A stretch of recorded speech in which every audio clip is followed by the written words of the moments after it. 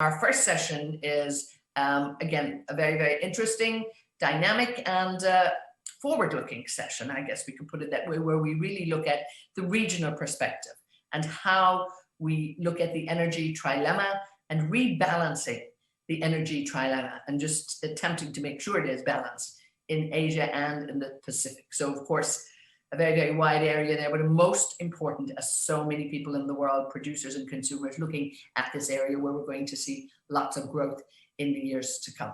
So, of course, I'm very, very happy to be joined now by the Secretary of the World Energy Council from Hong Kong. And also, of course, she is the Director of CLP Research Institute. So I'm going to hand over now to Jeannie Ng.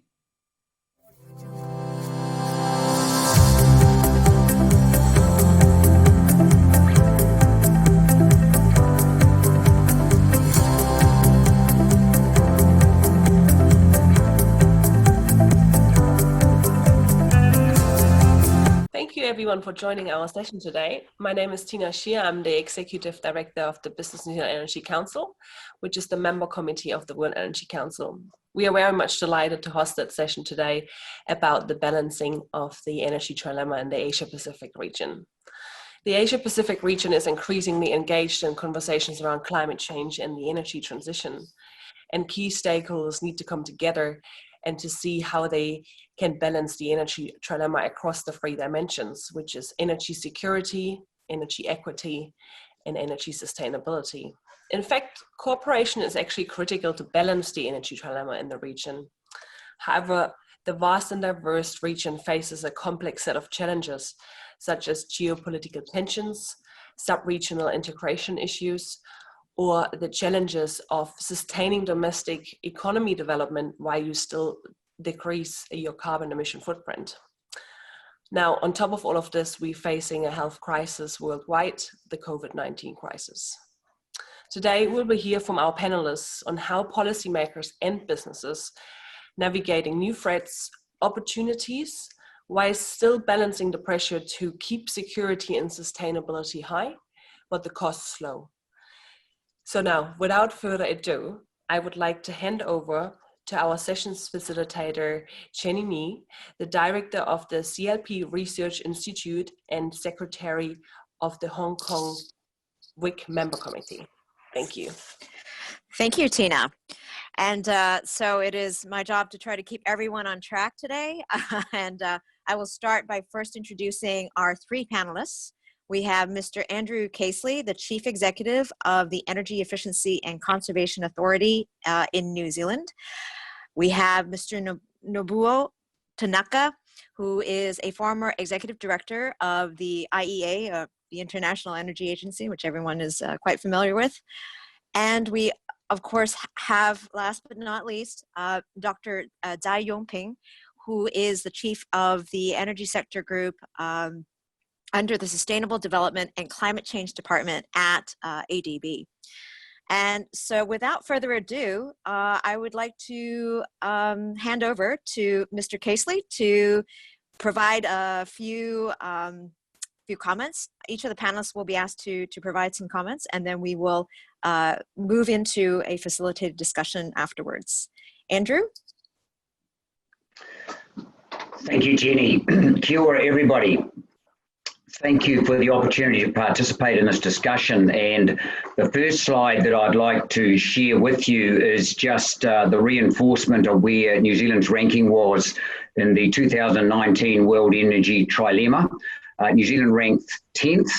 And when compared to a number of those other countries, and if I took it on a GDP per head of population expressed in US dollars, I suspect that if you had a weighting for that, we would rank even higher. So that's very gratifying.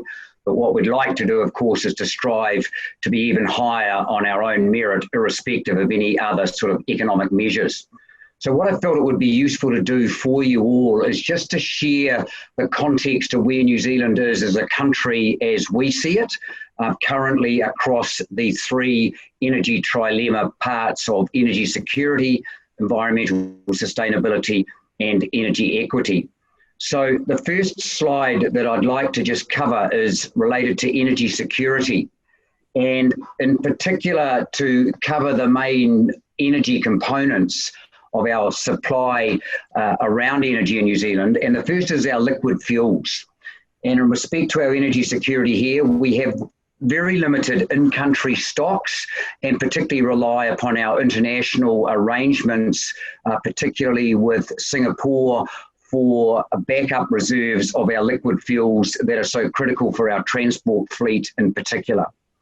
In respect to electricity, which we're very fortunate in New Zealand with between, on an annual basis, probably an 80 to 85% renewables generation profile for that each year, and a heavy reliance on hydro. But unlike Norway, we have very limited storage. And in fact, it covers only 6 weeks at any one time.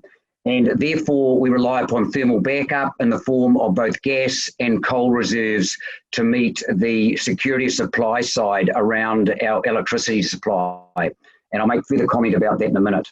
In respect to our process heat, which is the heat required to process a lot of our primary production in particular, gas is particularly important, but gas security has become tighter in the last while as a consequence of the current New Zealand government's decision 2 years ago to not issue any further offshore oil and gas exploration permits in our maritime economic zone. And so that is starting to impact on some of the reserves and some of the issues that will arise from that. Coal, of course, is particularly good for security of supply because you can stockpile it easily. And biomass is becoming increasingly important, particularly as we go down the decarbonisation route, with biomass being seen as a very viable and affordable option for providing energy to the process heat sector. And the one thing that has emerged just very recently by our government is their commitment to look at dry year storage requirements.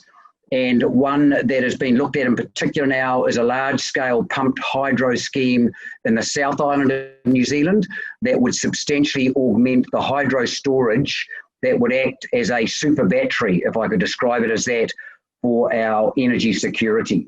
As well as that, there is increasing focus on where grid-scale batteries could play in the energy supply side. The next one I'd like to talk about is the environmental sustainability, and there are several things here occurring in New Zealand. The first is that the government has an aspiration of moving to 100% renewable electricity generation by 2035. In fact, the major party in our current coalition government has come out with a recent manifesto of bringing that forward to 2030. There have been major changes to our emissions trading scheme, which is the pricing of carbon, which is currently sitting at 35 New Zealand dollars per tonne. And that has moved up quite substantially in the last year as that scheme has been modified and been made more robust in terms of what its objectives are. The other thing is that we are going to see, in all likelihood, greater stringency around air discharge permits, which will make it more difficult for non-renewable energy users to get air discharge consents and therefore push them more into that renewable space. In addition to that, there is a strong focus on decarbonising our industrial process heat sector, our transport fleet, which is particularly challenging, and other stationary energy sources.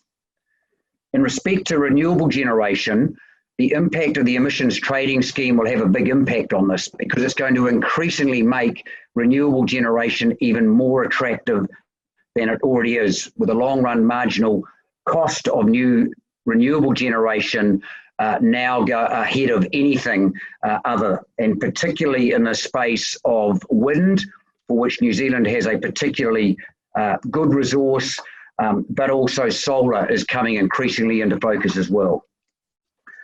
The final comment is just around energy equity, and a couple of comments to make there is that transport fuels have come in focus of the government lately, and they are looking at a more stronger regulatory oversight for our vehicle fuel retailers about the transparency of pricing and particularly the margins that our retailers have enjoyed in more recent times. The other thing that is likely to occur in New Zealand is the introduction of fuel economy standards. New Zealand is still one of the few OECD countries that does not have a fuel economy standard. And I believe that in the very near term, we will see that. We need it to help decarbonise our transport fleet. And I believe that the government will be committed to introducing that. On the electricity front, we're seeing an increasing focus on energy hardship, with particular attention to increased energy efficiency measures, a focus on households being on their right retail plans for their circumstances, and the removal of what is seen as draconian overdue payment penalties that have particularly impacted on the lower socioeconomic groups in New Zealand. The other thing that there is an increasing attention on is the optimisation of the grid and network investment through demand management. That's in its early stages, but equally will play an important part going forward. So New Zealand has strong ambitions around the energy trilemma. We are wanting to improve. The government and society more generally is increasingly focused on the decarbonisation journey we're on, and particularly in view of the fact that it is less than 10 years now before our first 2030 Paris commitments come to the fore. So thank you, Jenny. Thank you very much, Mr. Casely. And now, if we can have Mr. Tanaka, who is based in Japan, to provide his comments. Okay, thank you very much. Please click my slide. Okay, I'll talk about Trilemma of COVID-19 issues in Asia and energy. Please go. One more click. IEA said in the last World Energy Outlook, the oil age is coming to end. Click, one more click. Oil is much more important than energy, electricity before, but future, one more click. Electricity is getting much more important than oil because the cost of electricity by renewables is getting cheaper and cheaper. The oil age is over. This is what the message of IEA in last year. Another one. One more. And COVID-19 hits the world, energy world very dramatically. Demand disappear, especially in oil. The 30% of oil disappeared. So Black April happened by, it's Fatih Birol said, 30% of global demand simply disappeared. But renewables, wind and solar increased. So this is a kind of test run of future by the COVID-19. Please go ahead. Yes, this is a policy, a CO2 emission in the history. One more click. The Lehman shock certainly declined, but it rebounded. One more, please. And this time, CO2 emission reduced substantially. One more click. But what will be the future? Rebound may happen if the government doesn't take serious action. So IEA proposed sustainable recovery plan. One more shot. And yes, the renewable, the carbon dioxide may not rebound, and 2019 could be the peak of CO2 emission. One more click. My argument, when a CO2 emission peak happens, maybe the peak demand of oil may happen together. One more click. IEA says, yes, and COVID-19 may force the peak demand of oil happened last year, 2019, which is the really serious problem for Saudi Aramco or oil producing, gas producing country. One more. And surprisingly, BP announced recent energy outlook about a week ago. And it said, to my surprise, that peak demand of oil may come much earlier than we think. And in their scenario, yes, even business as usual case, the demand will not exceed 100 million barrels per day. It means And if substantial reduction of the CO2 emission happens, 2019 would be the demand peak. And this demand-driven change is very much importance for the future. Another click. Because the countries who are working on oil and gas, this graph shows the import dependency of oil and gas. The vertical axis is gas dependency and horizontal axis is oil dependency. Those countries export both gas and oil are green. Blue are both importers. So the countries that for the United States is moving toward green path to have a same fortune and fate with Middle East and Russia. That is the reason why President Trump bridged the difference of the opinions of oil production cut by Russia and Middle East. The OPEC Plus and the United States make the deal in March and April. That was not enough. But now what we have to think is China, India, Europe, Japan, Korea, and ASEAN countries gradually move that direction, should think of seriously of energy security by using more renewables and importing less oil and gas in the future. Next slide, please. It is happening that tech companies and Tesla is having much more market cap than Toyota or ExxonMobil or Saudi Aramco. So these companies, Tesla, Apple, are requesting only using renewable energy in the future. And one more slide. This is the renewable energy 100% companies. Apple is a typical one. The GAFA is the one. They want themselves use only renewables, but asking their supply chain companies to do the same. So wherever you are in Asia, China, Japan, Korea, India, or United States, Europe, those companies who want to sell to Apple must use renewable in the future. So this is a demand side driven transformation of energy sector. Go ahead, next one. This is a TCFD. This is the financial pressure of investment into the ESG related companies. So financial side pressure is also driving the companies moving away from fossil fuel. Next slide, please.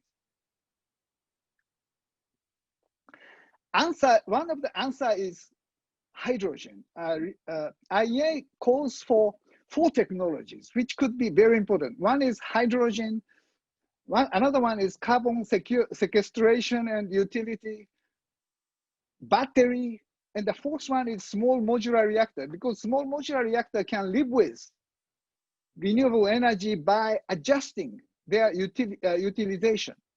So hydrogen is probably helping the very heavy industrial sector, heavy user of carbon sectors to decarbonize, and also help oil and gas producing country by selling the blue hydrogen, and of course help renewables by providing the storage of electricity and flattening this volatility.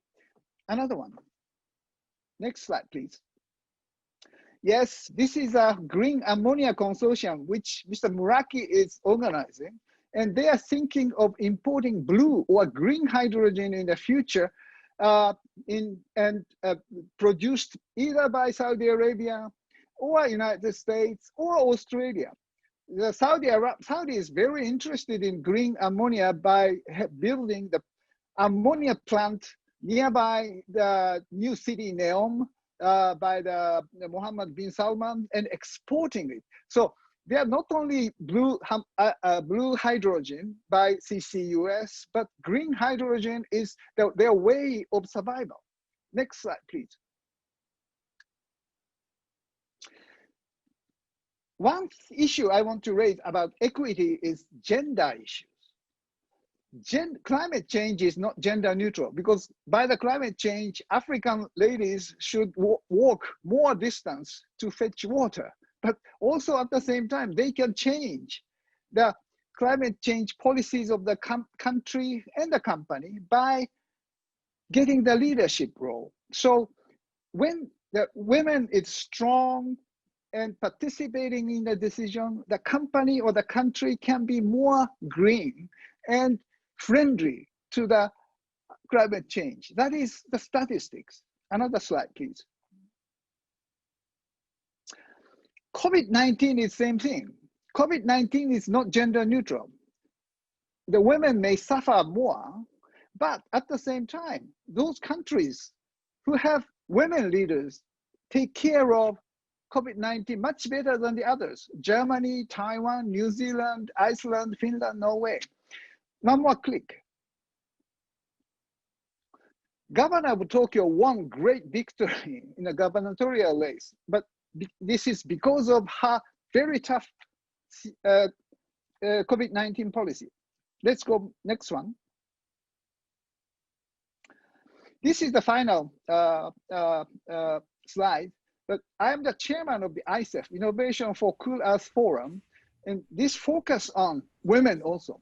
Climate, we are aiming at net zero emission, but women may provide a very important leadership in the companies, in the government toward zero emission.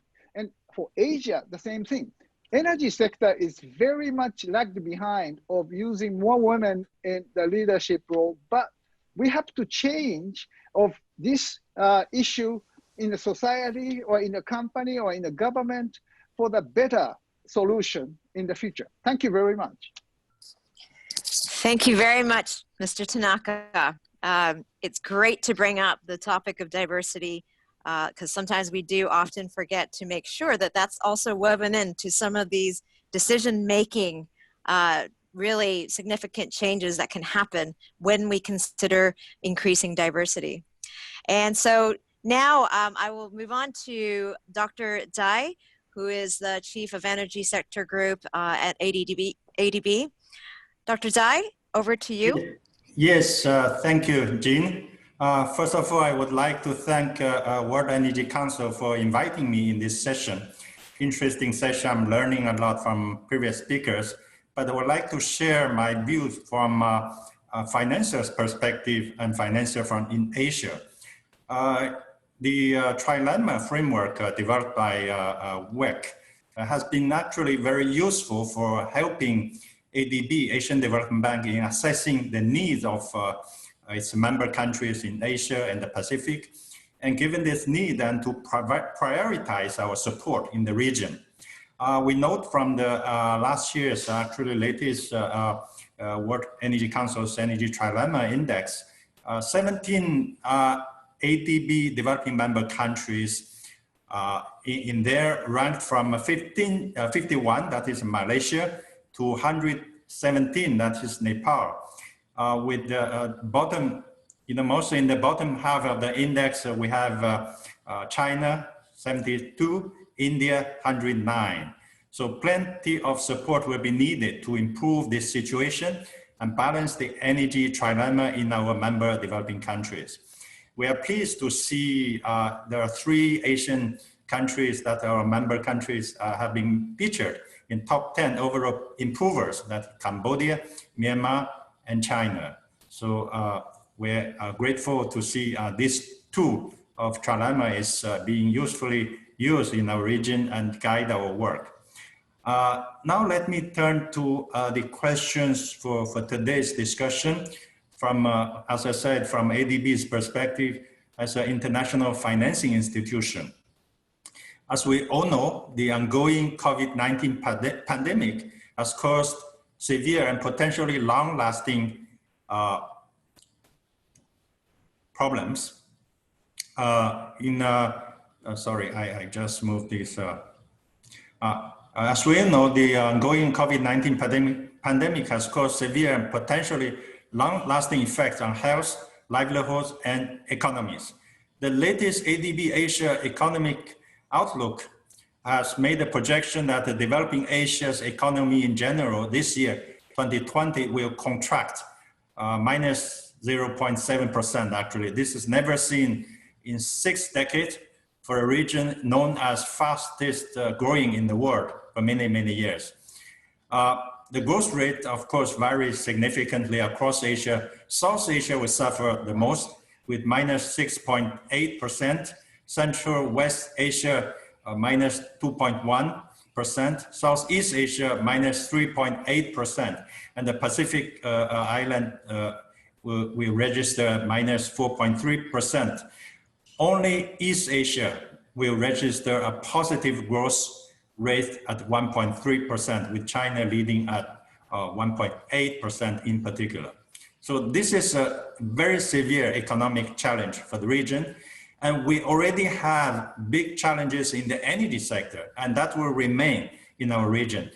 There are many challenges in Asia, but let me mention 4 of them before I go to elaborate on the solutions. First of all, Asia has made great progress in providing electricity access.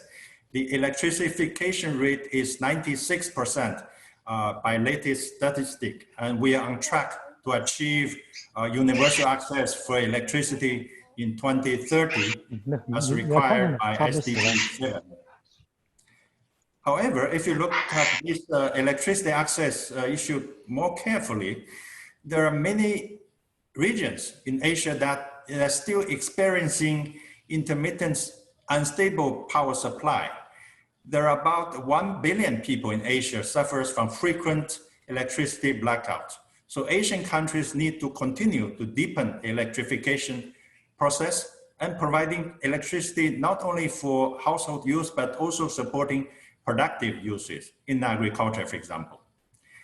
And other challenge, second challenge I will mention in the region is access to clean cooking and clean heating. I just mentioned that electricity access is almost done, 96% electrification, but clean cooking is just at the level of 50%. So 50% of Asian population, they are still using traditional solid cooking fuels, and that is polluting indoor, but also a source of outdoor pollution locally. So we are not, developing Asia is not on track to achieve 100% clean cooking by 2030. We have to see what kind of solutions to solve this problem. Actually, clean cooking is a very typical trilemma issue in a very specific context. Third challenge, I will mention that Asian countries, if you look at the primary energy mix, is still very heavily dominated by fossil fuels. Oil included is about 80%, oil, gas, coal. Coal in particular, for electricity, more than 60%.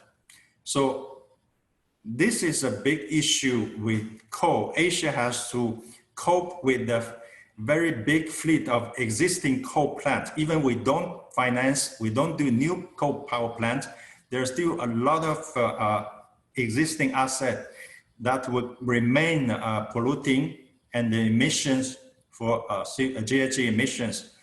Currently, we are about half of the world GHG emissions, Asia, but this share may continue to grow if we don't fix our problem of fossil fuels in the region. Now, the last challenge I would mention is that energy efficiency is still a big problem.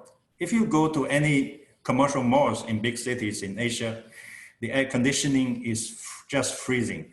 And if you look at the equipment they use, the air conditioners are often old and poorly maintained. Efficiency is very low. At the same time, the houses of the household, they are often poorly insulated, and they use less efficient lighting and electrical appliances. The scope of energy efficiency is very high in commercial and household, but also in industry and other areas. Let's talk about also transport. The many cars are second-hand imported from other regions, and with very low fuel efficiency. So efficiency remained a big challenge in Asia. So in view of these 4 challenges, ADB is conducting a long-term roadmap to see how Asia will improve the situation and to achieve the Sustainable Development Goals and Paris Agreement target. I would like to mention 4 solutions or 4 ways to support government and business in low carbon transition and renewable energy development. First of all, we need to develop innovative technologies and new business models. We need to invest in using innovative technologies that are relevant for energy transition to clean and low carbon systems. Mr. Tanaka mentioned a few new technologies. I fully agree with him. I also mentioned smart grid, batteries technologies, hydrogen, carbon capture and storage are examples of technologies that will be important for us, for Asia, but also globally. ADB will continue to support these technologies by providing financing, but also we start providing by piloting new technology before we're scaling up in developing member countries. Since last year, we have launched 4 innovation challenges in clean cooking. As I just mentioned, it's not easy technology to provide clean cooking that will satisfy the 3 trilemma. So clean cooking is one technology we'll try to find a good technology. Microgrid, peer-to-peer trading using renewable energy battery storage. We're also looking at artificial intelligence for demand-side management. And very recently, last week, we announced that we're going to launch a new technology innovation challenge for clean energy, centralized air conditioning. When I say clean, it's not just low carbon, but also clean in terms of disease proofing, disease resilient, that would stop airborne transmission in public buildings because of centralized air conditioning. So this is about new technologies.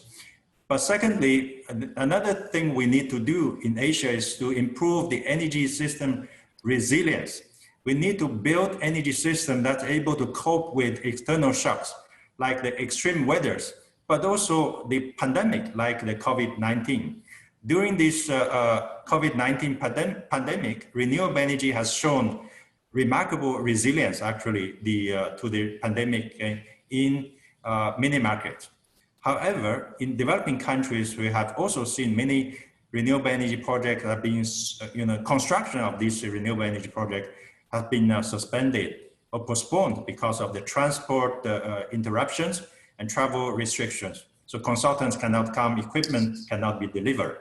So we must see how do we, support development of a local manufacturing capacity in Asia and train local skills for renewable energy. This will help us to provide more jobs for developing countries as well. The third way of addressing these challenges is motivate the business, private sector. ADB lending is only about fraction of the developing countries' need. Every year, our lending is about $5 billion, but $5 billion in energy, is being used for 40 member countries.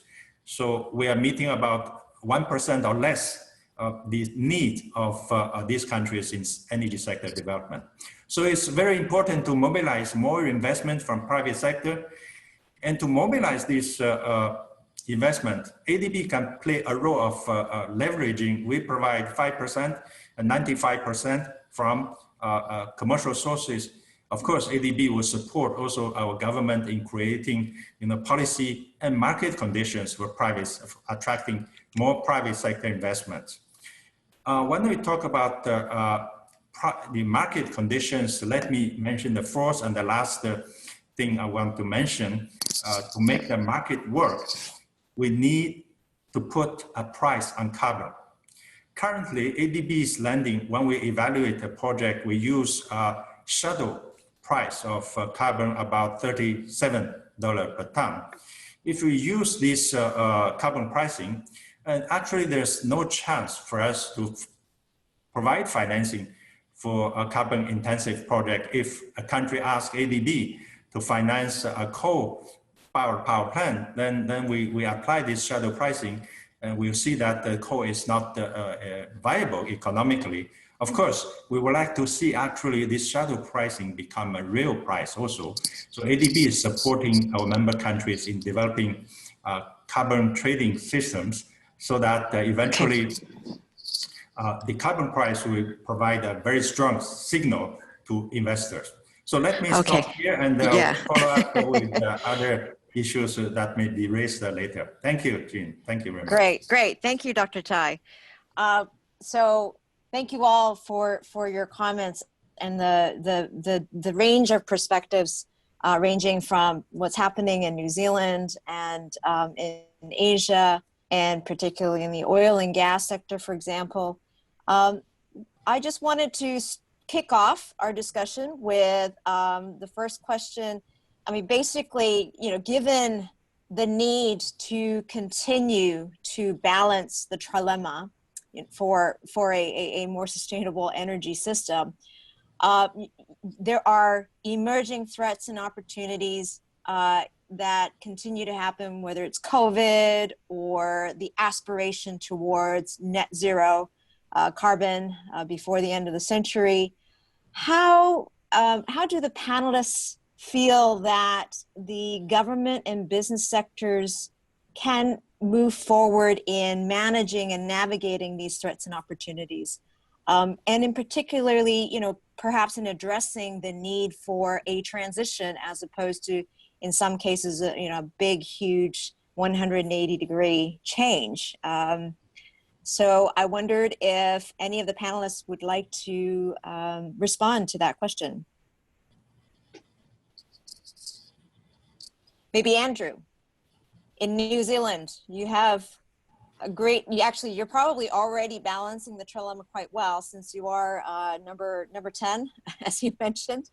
But I'm sure that in your case, with all the extra renewable resources you have in New Zealand, there must be some opportunities there. Are there plans?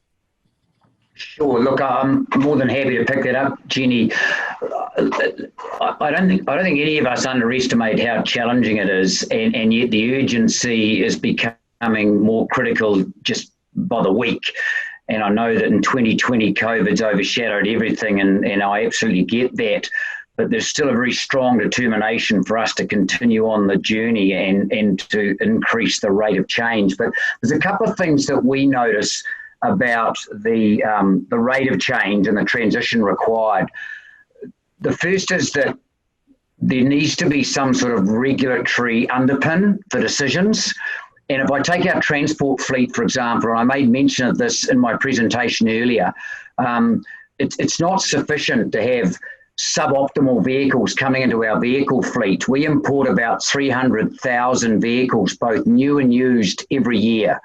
In the context of Asian economies, that's tiny, but for us, that's a significant number. We have one of the highest vehicle ownership rates in the world.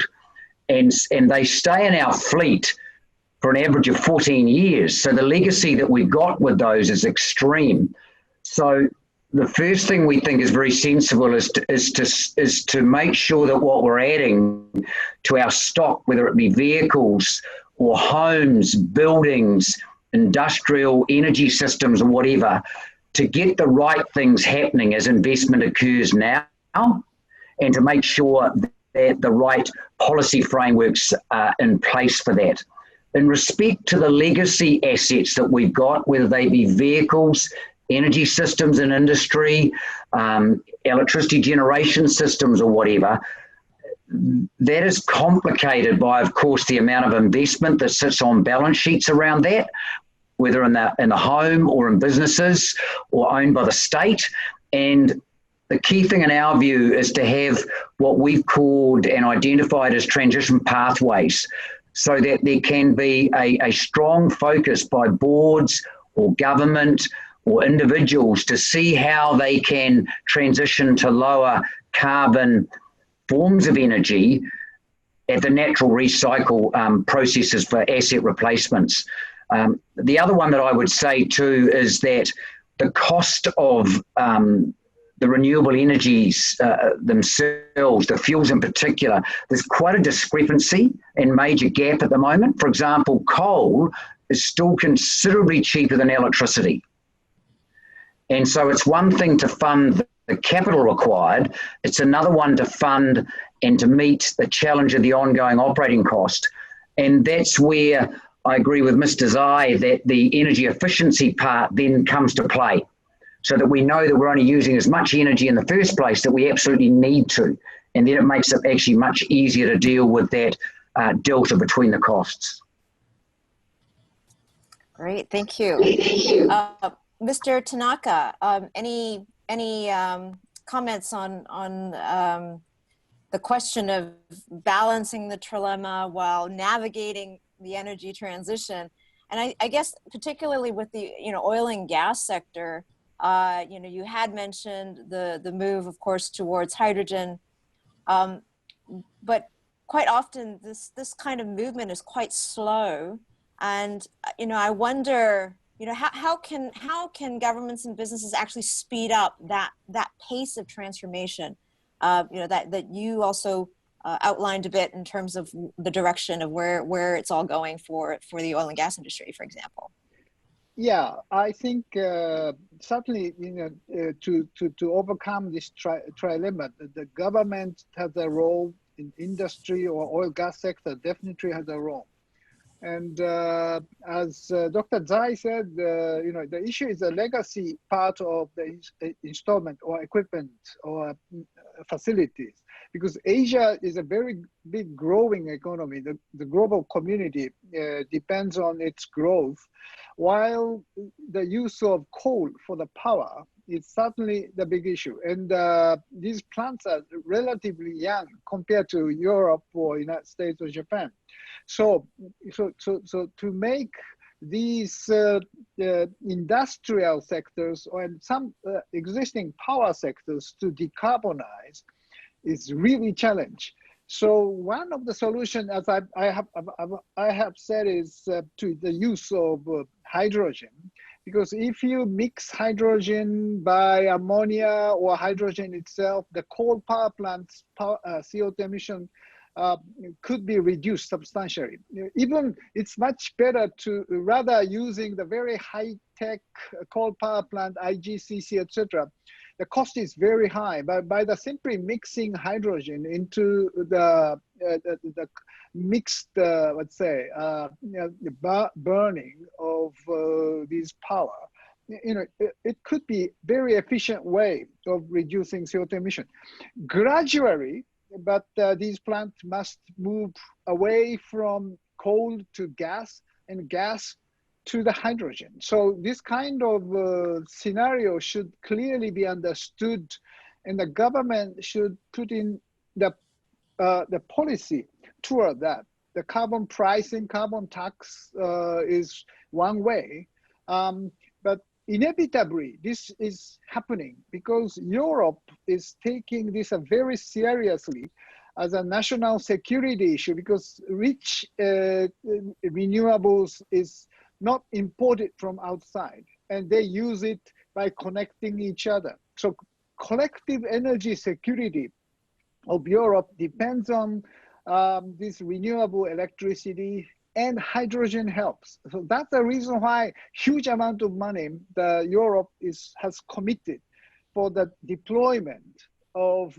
hydrogen infrastructure. This is the government money and the government policy, and it helps the existing industrial sector move toward decarbonization. Inevitably, if Europe is moving toward that, Europe will put the border tax of any products coming from Asia or United States to be produced in the level playing field in terms of the decarbonization. So if growing Asia needs the European market, we need to produce a very different way of using renewable energy or using hydrogen. So this kind of technological innovation, certainly government needs to put money and help and deployment, because technology is coming, but without government's strong commitment, this cannot happen. So the problem of the very much of the government policy is it can change by the different governments coming in. Democrat coming in, renewable climate change is important. When Republican comes, they negate it. So this on-off policy send a very terrible message to the private sector to invest. So stability or sustainability of the policy is very important element that the government should take into consideration and commit. Otherwise, who will invest the huge energy infrastructure for 30, 40 years? This is the very difficult part of the equation. So, you know, in extension, I'd like to extend this question also to Dr. Dai and Mr. Casely, of course, as well, because I wonder if, you know, of course, the barriers that Mr. Tanaka had mentioned, everybody always talks about these policy barriers, but it seems, you know, could it be that in different markets and different countries, the actual details, the devil is in the details in terms of the specific barriers? You know, some may be existing policies which are outdated or lack of policy. So I wondered, maybe we'll go to Dr. Chai first, and then I'll circle back to Mr. Casely on, you know, further comments on this. How do we speed up? You know, what are the barriers? You know, what are potential ways forward on this? Yes, thank you for the question. I think there's no lack of goodwill at this stage today from government that they are very keen to push for you know, low carbon development, and that would be very, you know, good for their economy, for their people, and that's very clear. The question is what kind of policy would be right in the specific context you just mentioned. And as an ADB, as a financier, when we come to a region, the first thing we do is to do a sector study and to see what would be the things that are needed to be put in place, policies, so that the private sector would come. I fully agree with Tanaka-san that the policy stability is key for investment decision-making process and the key for investors. In the past, for the last 10 years, for example, for solar PV, for example, we've seen that feed-in tariff have played a very important role for making this technology, you know, accepted in the market. It's now being, you know, introduced in the market as a mature technology. This policy were very, very essential for the success of solar PV, and the same way we can talk about wind power as well. However, in these 2-3 years, what we have observed is that, considering that dramatic decline in the cost of solar PV, wind power, and renewable energy, governments have started, you know, making a new generation of policy that are different, using different instruments. No longer feed-in tariff, different kind of thing, maybe like auction, maybe like you know, renewable energy purchase obligation, different instruments. So that I think today, when we talk about you know, government vision, we should also talk about commercial entities. The business should also have their vision in the long-term transition. They should not believe, you know, rely only on government subsidies to succeed in such a market, because the situation has changed. It's no longer like 10 years ago. Today, the situation is very different. So I think the business people, the investors, should learn to have a new learning curve to assess the risks in the market, risk of renewable energy in the real market, without relying on government subsidies. I think this is a challenge for investors. As a result, in the last two years, let's say, there's some significant decline in the level of investment in renewable energy. I think it's just because we are in this learning curve that both the government have to find a new generation of policy that are conducive to support renewable energy development, and at the same time, the investors should learn to make their investment decision based on market conditions, market forces. And for that, I think the linkage would be a suitable, I come back to my theme I mentioned earlier, that suitable carbon price would help to bridge the policy part and the investment decisions. And that's what I can offer at this stage. Thank you. Great. And so, well, I like to pick up on Dr. Jai's comment on, quite often we think about government's role and businesses' role and, what can be done even within their own sector. We know that it works best when the two sectors are aligned in terms of the actual goals. And so that would be great. But as Dr. Jai said, there probably is room for businesses to actually try to take action themselves. And so actually I wanted to go to Mr. Casely on this, because I know, Mr. Casely, you've had a part of your career in the private sector. And so, I wanted to hear what you might have on what you think the business sector could actually move without, sometimes some of these policy signals are slow to come. So what is it that that the business sector can do, in the vacuum, or, the fact that these rules are too slow to come? What can businesses do to fast track? And perhaps, also we'll start to bring in the topic of technology. What technologies do we see that can help the different countries in the Asia Pacific region in this transition? Mr. Casely. Well, look, thank you, Jenny. Just before I go specifically into that response around the private sector, I would just like to reiterate what this current New Zealand government has done around setting the framework in which they're expecting this transition to occur. The first is that there is now a much more robust and will continue to evolve emissions trading scheme, which is pricing carbon. And that, as I mentioned before, there is now a more meaningful price attached to that. And I believe it will only go one way, and that is higher. So that will drive investment in the private sector along that route probably more and faster than anything will, particularly as they factor in the projected increase in the price of carbon. I think that is an absolute given in our economy now. The other thing as well, as I mentioned, the regulation. There is now established on a cross-party basis in New Zealand, the Net Zero Carbon Act, which says that by 2050, New Zealand will be at a net carbon status. And that's got 30 years to run now, and it's not a long time to go. We have an independent climate change commission model on the UK that is in place to establish budgets and then to point government in the direction of the carbon reduction initiatives required to meet those budgets. And again, that is a cross-party agreement around that piece of legislation, which is not quite unheard of, but is very unusual in our democracy for that to occur. So I just want to paint that framework because it's a very strong bookend that I would describe now for the private sector to operate within. The private sector in New Zealand, in our observation, is not just waiting for initiatives of that sort.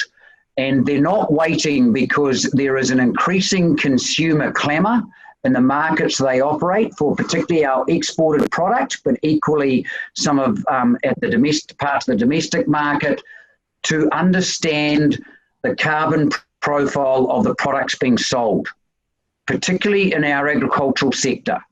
And so whether it is our dairy sector or our meat sector or our horticultural or wherever, those questions are being asked, and our companies are going front foot with that. So they are beginning to now invest in low carbon options to meet that consumer demand and to create their brands and their profiles around that. So that is an extremely positive initiative from our perspective, never at the rate of change that we'd like, but nevertheless happening.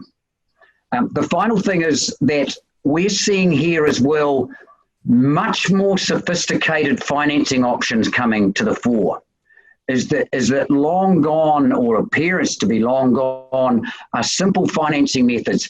And even with our very low interest rate environment that we now operate with, as I mentioned earlier, the price of the fuel on an ongoing basis has become probably the bigger challenge of the lot. And we're seeing much more sophisticated structures around leases that include fuels, and the fixed price arrangements that are being provided by fuel suppliers, particularly in the electricity market. And I think the increasing sophistication of that will play a very important part as we go forward. Right, and I guess on the topic of technologies, you know, we had heard about hydrogen, renewable energy, cook stoves in Asia. That range of technologies, all of these technologies also require the appropriate policy. And I think, you know, Andrew, you've just laid out how, for example, in New Zealand, that kind of framework that the government provides should be providing the right signals so that these kinds of low carbon technologies can be developed.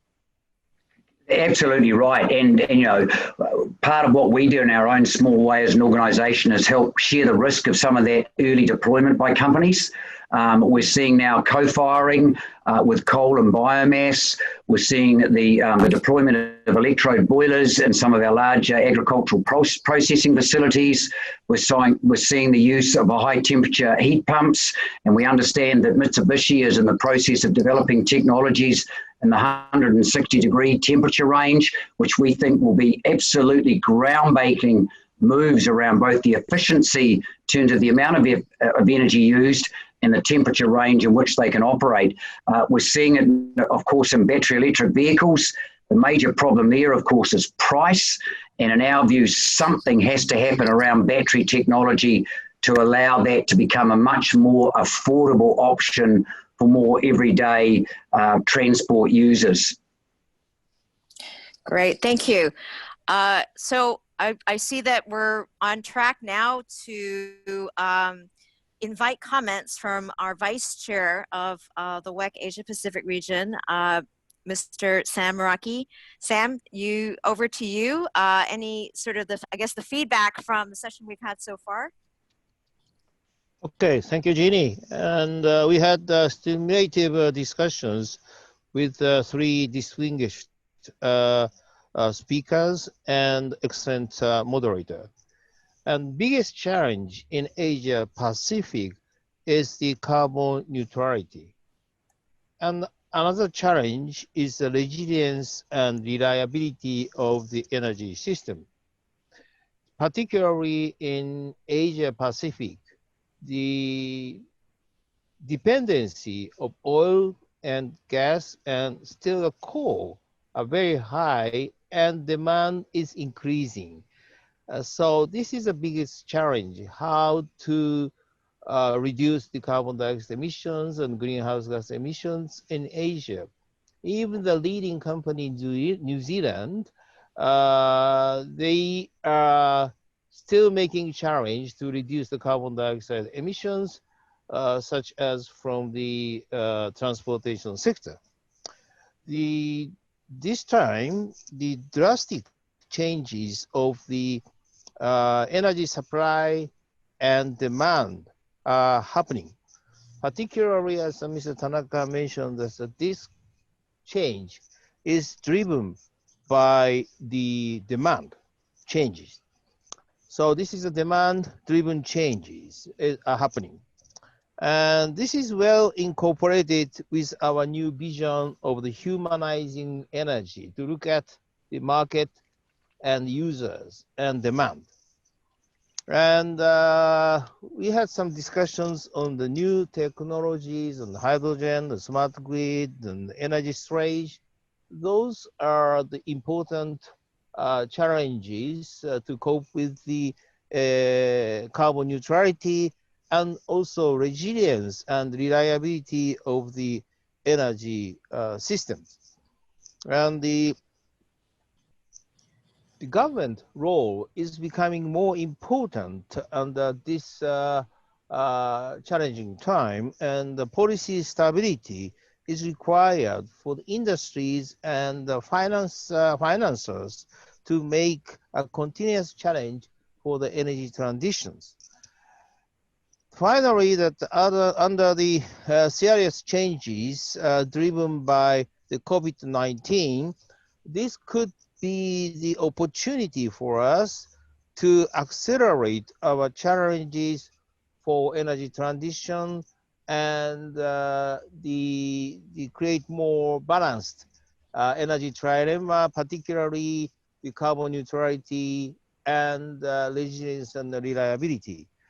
Today's sessions, I believe that gives a good input for the WEC fellow members and Energy Plus industries in Asia Pacific, how to challenge for the grand energy transitions under the new situation caused by COVID-19. Thank you very much for speakers and chair and moderator for your excellent contributions. And thank you for everyone for your participation. Thank you very much. And I'll hand over to Tina. Yeah, I just want to really confirm that we've heard actually today that hydrogen could be sort of used as a clue to line it all up, which was really where the very circle of hydrogen, and was kind of like overlooked because it was talked about this transport solution. And now it becomes that sort of system clue, I would almost say. And I really want to thank all the speakers today. It was a really interesting debate. And thank you for making the time. It's in the middle of the night for some of you, or early in the morning. So it's great to have you coming all together. Thank you, panelists, and thank you, the listener, basically. And great to have you here. Thank you. Thank you. Thank you very much. Thank you, everyone. Thanks, Jenny. Thank you.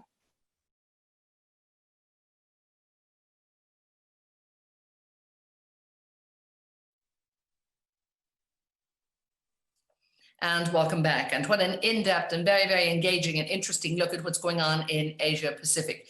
So big thanks to Jeannie Ng, they're from CLP, the director for CLP of the Research Institute.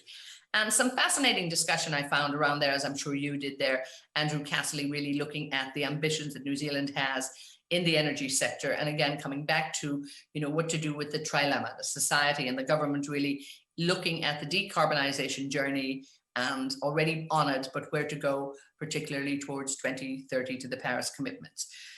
One of the interesting things he also brought up there is that we're seeing a lot more creative financing, particularly at the auctions that will come to the fore. So that's good in one way, but the simple financing option are there too as well, as he said.